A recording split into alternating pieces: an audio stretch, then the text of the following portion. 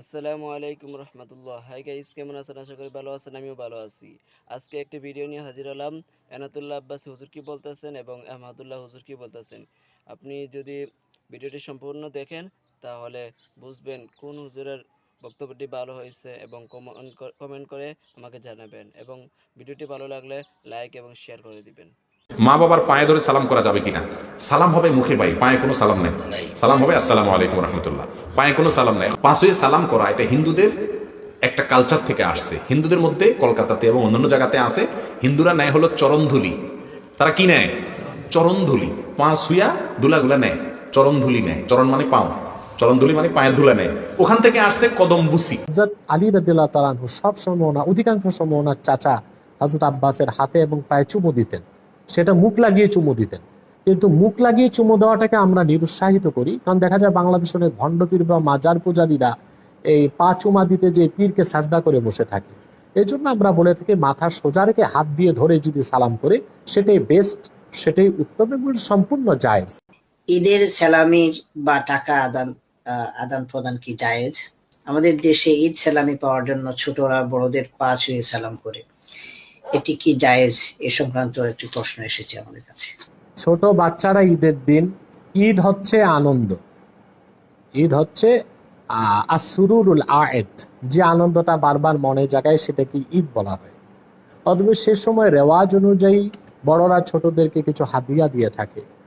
ছোটদেরকে কিছু হাদিয়া যদি দেওয়া হয় তাদের মনের খুশির জন্য, এতে কোনো দোষ নেই।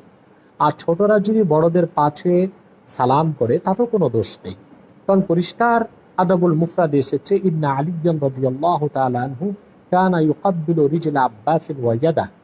হযরত আলী রাদিয়াল্লাহু তাআলা আনহু সব সময় অধিকাংশ সময় ওনার চাচা হযরত আব্বাসের হাতে এবং পায়ে চুমু দিতেন। সেটা মুখ লাগিয়ে চুমু দিতেন। কিন্তু মুখ লাগিয়ে চুমু দেওয়াটাকে আমরা নিরুৎসাহিত করি, কারণ দেখা যায় বাংলাদেশের অনেক ভণ্ডপীর বা মাজার পূজারীরা এই পা চুমা দিতে যে পীরকে সাজদা করে বসে থাকে। এই জন্য আমরা বলে থাকি মাথা সোজা রেখে হাত দিয়ে ধরে যদি সালাম করে সেটাই বেস্ট, সেটাই উত্তম এবং সম্পূর্ণ জায়েজ, না জায়েজের কিছু নেই। দর্শক, আপনার প্রশ্নের জবাব আশা করি পেয়েছেন।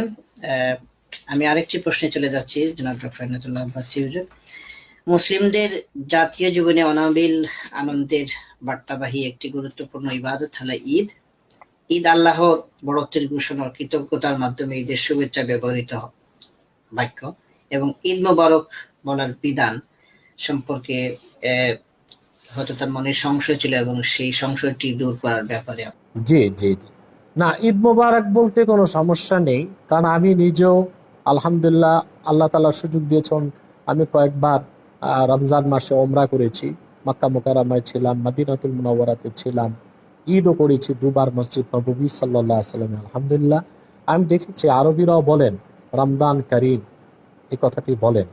সেই হিসেবে ঈদ মোবারক মানে বরকতপূর্ণ ঈদ, এটা বলায় কোনো দোষ নেই, কোনো সমস্যা নেই। রেওয়াজ অনুযায়ী এই কাজটি যেহেতু কোরআন সুন্নাহ বিরোধী নয়, এটার বিপক্ষে কোনো নস নেই, সেজন্য তা করা যেতে পারে।